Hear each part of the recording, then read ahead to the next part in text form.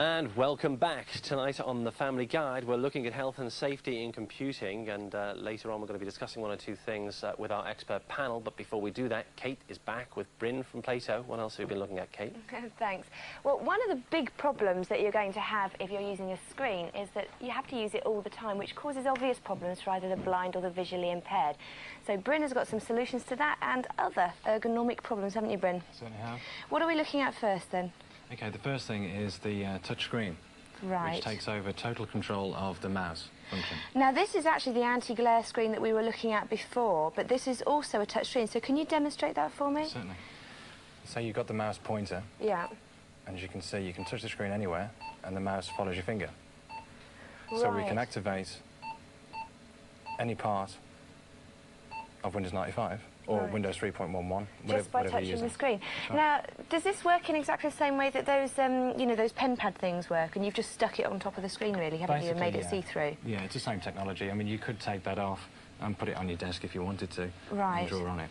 You could easily do that. Now, there's a way that you can actually use a word processor using this without ever touching a keyboard, isn't there? Okay, yeah. This is something that we've developed ourselves at Plato. It is the first, as far as I know, touchscreen word processor. So we can activate it. And now we can... So that is literally your keyboard, and you're now typing away, but just using your finger. That's it. You can change the characters to any other lowercase. Can you do the... Because I noticed that the keyboard is actually, it's in a, you know, A to Z, whereas normally your keyboard's in the QWERTY format. Yeah. We can easily change that. So this is in the early stages of development, so we can easily change the layout of the screen, no problem at all. So eventually you're going to be able to customise the whole word processor and the keyboard on the screen to exactly how you want it to read. That's right. And you can print from this as well, can you? You certainly can. You can just have a preview of what you want to print. Right. And then it will print it off on the printer. Now, one thing that worries me here is that, OK, the letters are very good, that's good for the visually impaired, but down the bottom you've got the start menu and all the rest of the functions. Now, those are very small characters, so it must be difficult to see.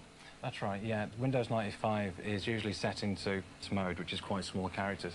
But there is, with Windows 95, the option to change it into bigger settings, which I'll show you. Right. So we go into settings. You go into the control panel. Go into the control panel. And you have it at the top.